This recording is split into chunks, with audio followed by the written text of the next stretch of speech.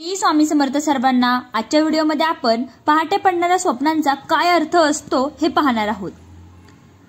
मृत व्यक्तीशी बोलणे, पैसे मिळवणे, मृतदेह पाहणे, नशिबात बदल, कावळा पाहणे, पाहुणे घरी येणे, अर्थी पाहणे, इच्छा पूर्ण होणे, पिवळ्या साडीत पत्नी पाहणे, मुलगा आणि मुलगी यांचे लग्न, बायकोला लाल साडीत पाहणे, गुप्तधन मिळवणे, बासरी पाहणे, सुखी वैवाहिक जीवन, घुबड पाहणे, आर्थिक नुकसान, कात्री पाहणे, पती पत्नीमधील भांडण, विधवेशी बोलणे, आनंदाची बातमी मिळणे।